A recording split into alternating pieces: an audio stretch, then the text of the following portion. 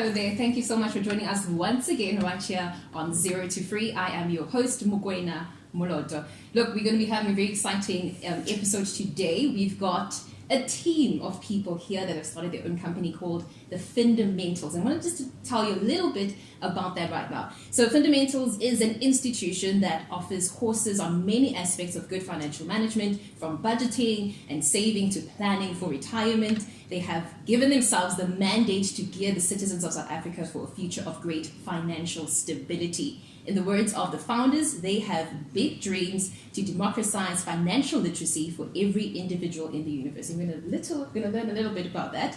They are your go-to Fintors if you want to find a teacher, a mentor, and an advocate all in one go. Basically, the Holy Spirit. Literally. In today's episode, we want to find out more about the company and what its founders are about. And we will also be talking about the products that they provide and the services that they provide, and also delving into the importance of having knowledge in some of the topics they teach about their courses, especially as freelancers. So please do welcome the co-founders of Findamentals. It's Danei Rall and Elijah Djan, who, outside of Findamentals, they are both industrial engineers and entrepreneurs in their own right. Welcome, guys. Thank you very much. Thank you so much for coming through. Firstly, my first question, right, is industrial engineering and financial literacy. How are these two related, and how did it happen for you guys to step into both of these? Yep. We'll start with you. Anyone? Yeah, so Elijah always says industrial engineering is the right engineering to study if you want to become an entrepreneur, because we learn how to solve problems, and we're basically the more human side of engineering. Okay. So we bring, money, man and machine together and study processes and think about financials and stuff. So actually we're set up to solve problems and do everything around business. I have no idea though. Yeah, and in campus they used to call us BCom engineers. Yeah. Okay, makes sense. Yeah, and also just a shout out to a lecturer that we had in our final year. Her name was Nadia, and we had we had a financial management course with her, and she decided, let's do the business side, but let's make it personal for the students. And she made us go out and do exercises about our own finances, and I think she was a big part of where the spark was lit, also for Findamentals. So that's kind of where it started. I like that. I had no clue that industrial engineering for me sounds like working in like an industrial area. I was just like, okay, fine, you're just working with machines. It's engineering. That's that. So that's crazy. And Elijah, for you? So for me, it was I just grew up in a place where I was always saw myself as an inventor, make machines and all that. So I started off with mechanical engineering. Yeah. And then in my matric year, the business bug bit me. Entrepreneurship thing. What is this? I'm gonna dig in deeper. And then I was doing a couple of other different stuff. And in my second year, someone told me about industrial engineering. And I was like, oh wait, this is just engineering, but there's a business element in it. Nice. I'm in. And that's how I started industrial engineering. And then from a financial literacy perspective, it was just a passion, reading for myself, engaging. My mates would come to me, yo, Elijah, what should I invest in? Yo, Elijah, have you thought about this? Elijah, this. Wow. So from that passion, actually started a couple of stock follows in varsity in arrays with a couple of my mates. As time goes on, got more entrepreneurial, and I realized that to solve the big problems of the world, the best way is through a business. It's the most sustainable way. Yeah. And that's where Findamentals began. Like, let's solve those problems that way. I am learning new things just for the first question. Just for the first question. So then please describe or let us know just what Findamentals is all about. Yeah. Maybe a bit of a background as well. Both of us, come from households where finance is not really a topic that was allowed to be discussed, and from my personal side as well, family sometimes had to basically start over financially, stay in situations too long because of finances, and that from an early age I told myself, I'm going to be financially independent. I know what to do with my money, and and what happened there as soon as I kind of took charge of that is it was so liberating. Wow. And that's what we want to just give to everyone, is that feeling of liberation when you don't have to stress so much about every decision that you have to make, and about the future, and about where this next money is going to come from. So that's the grounds that Findamentals is built on. We want to go out and educate everyone to help them take charge of their own finances, plan for the future, and just get rid of that stress around Oh, because finance. it's stressful. Because it's even in the name, like financial fundamentals. Yeah. Exactly. Oh man.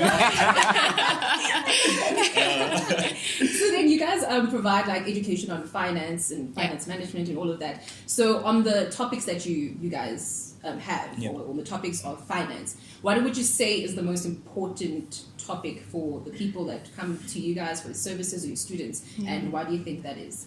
Yeah, so essentially we have a very specific way of doing things where financial literacy is a big thing. No one knows where to start. We've come and curated it all down to say this is the pathway from a basic element. And budgeting is always the best way to start, because anything you're trying to achieve needs a plan. And essentially your budget is your financial plan.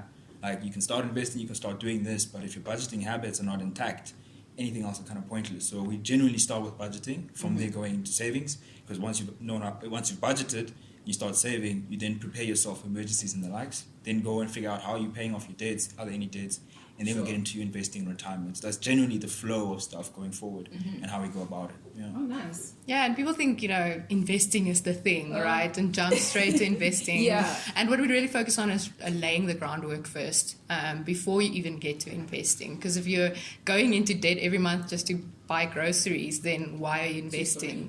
So we try and lay the foundation first. And then, yes, we do go into investing. I mean, just thinking about investing, I'm like, oh, sheesh, not for me. No, we'll no, do no. other things. Yeah. But I'm glad that there's people like you that actually help us out with that. Yeah. So then in terms of the people who enroll into your courses, right, have you noticed a pattern of the type of people that come to you, maybe like an industry or age-wise? What kind of people come to you? Yeah.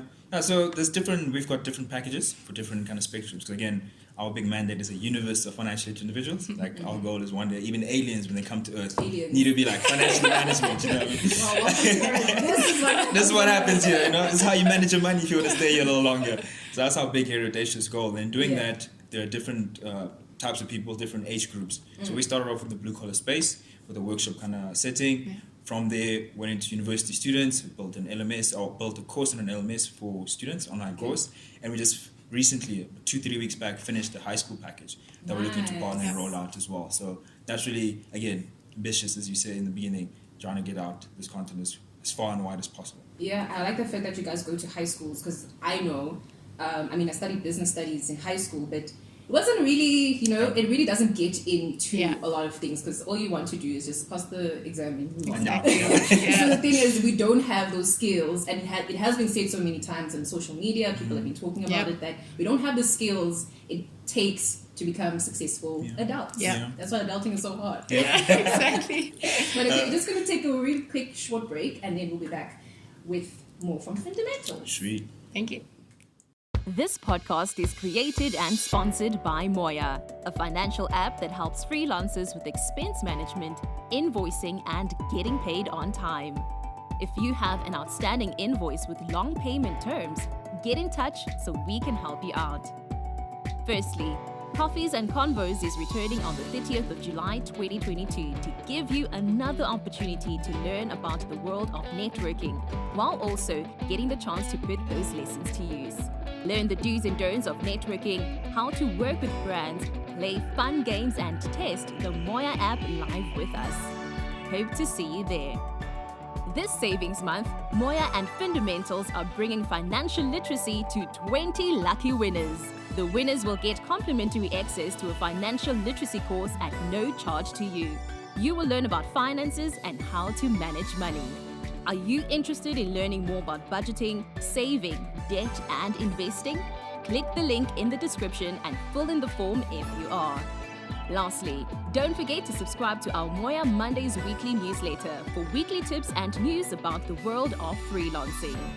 This podcast is brought to you by Moya, your guide to successful freelancing. Welcome back. Thank you so much for joining us once again.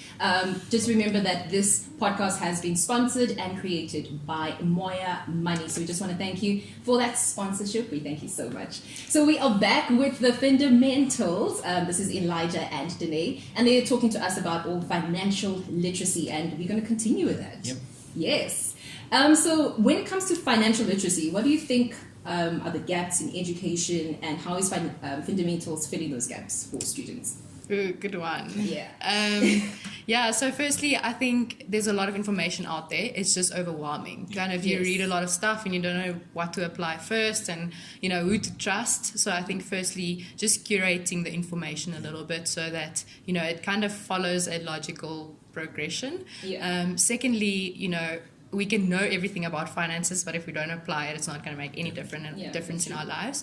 And we believe a lot of the stuff is information-based and not really practical and help you to go and execute and build habits. So that's the big gap we're trying to fill. As part of our courses, yes, we do the theory, but then we come with, okay, right now you're going to fill in your budget, or right now you're going to set up a goal for yourself to really make it practical. And then we also spread our courses over a period of time. And then during that period of time, we kind of motivate people to implement whatever they learn and then reward them for that. What kind of rewards do we have? So You have to join a course to find out. Can't wait. we usually do investment prizes just because, that's our mandate. We're trying to put you ahead. So you're winning a few $100 in investing. Nice. And then with an easy platform that also helps you to invest easily and get started. So those are the big gaps we're filling. Loving it. I love the practical part of it, because I know a whole lot of theory and there's so many books, but then it's just implementing them. Where do I start? Exactly. So I absolutely love that. Yeah, it's interesting because even just touching on that, when we had the workshop, the first one, this was a guy who was about in his 50s. He's like, yo, Elijah, I've never budgeted in my life. And we saw it there and it's like, this is why we're doing this. And then one guy's like, yo, Elijah, my expenses are more than my income. What am I supposed to do? I'm like, this is why we're supposed to do this now, And that's the whole idea of really bringing that practical aspect into the session at that current time. Yeah. Do you make them do homework? Yeah, that's where the habit building comes in. So Nice. if we're showing you the budget now, it's pointless for you to budget in the time and leave it.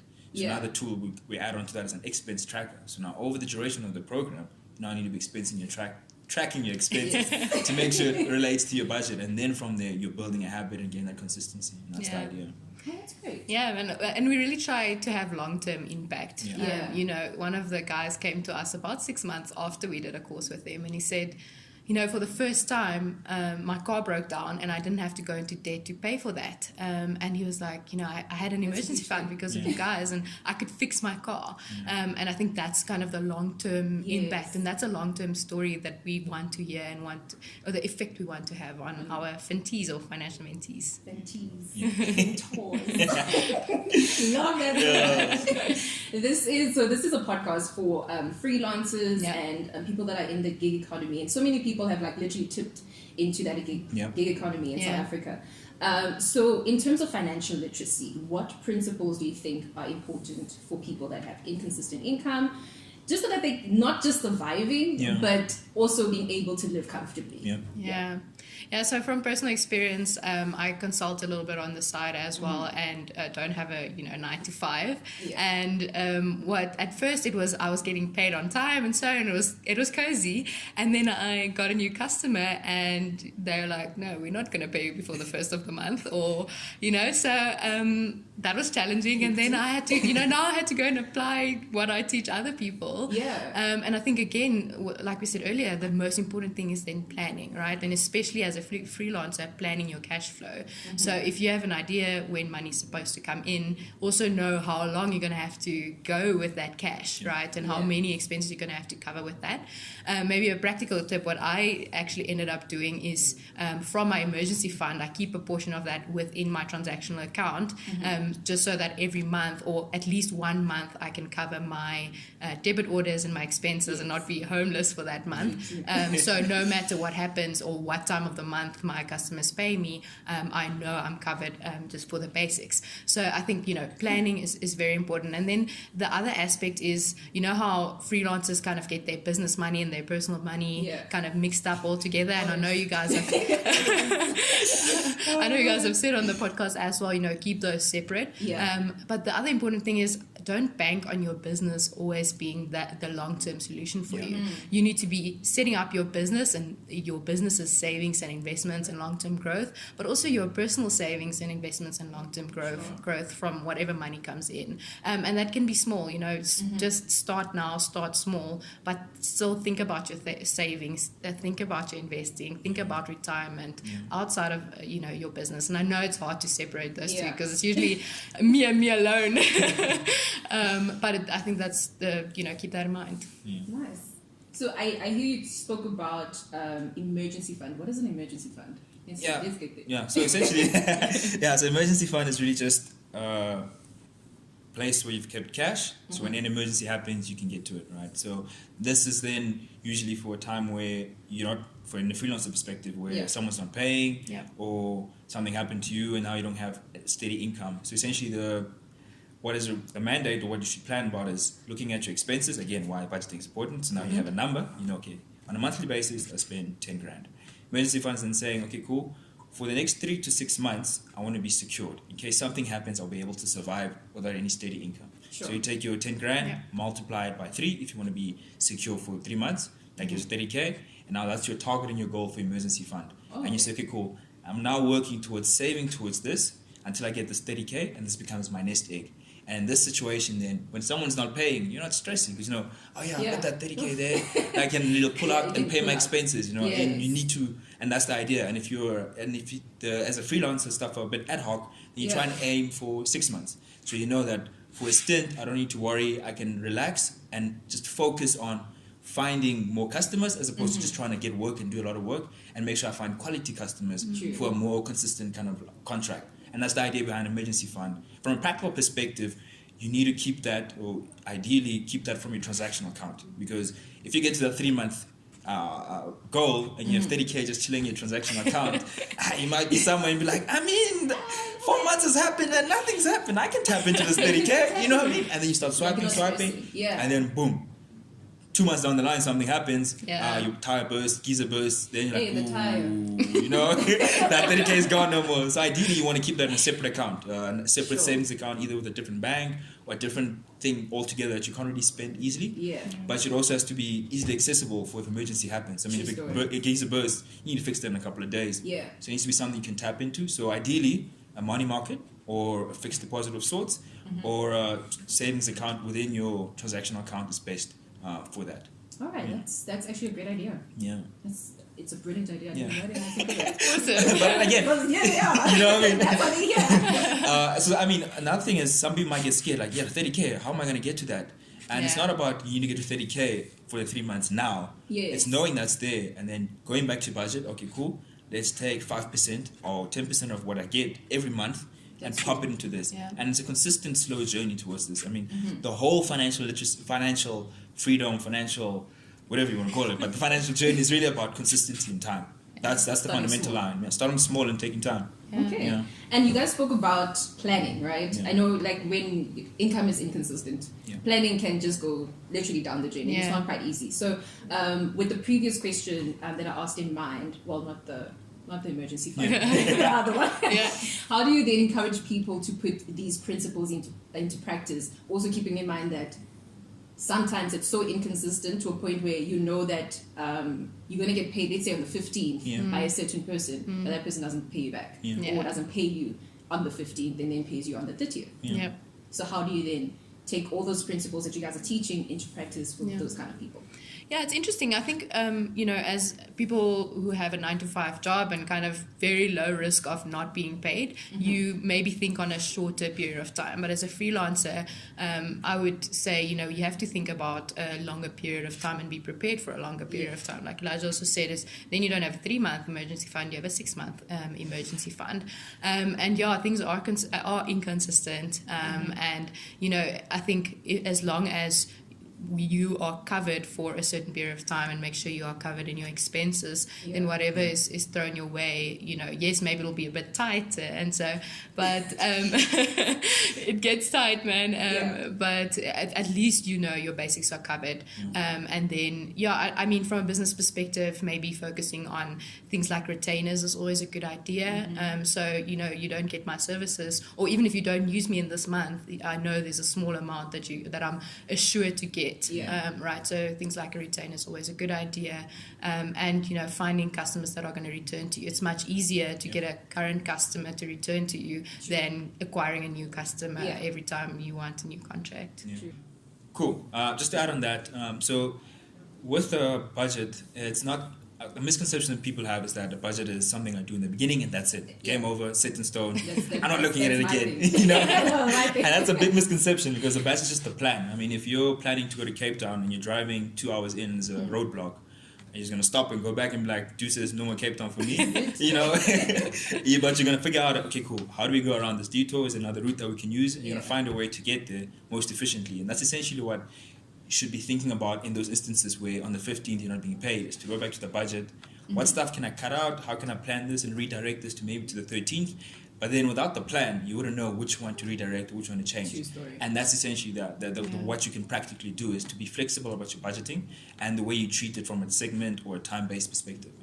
All right, I like that. I really like that. So then, our time it's almost over.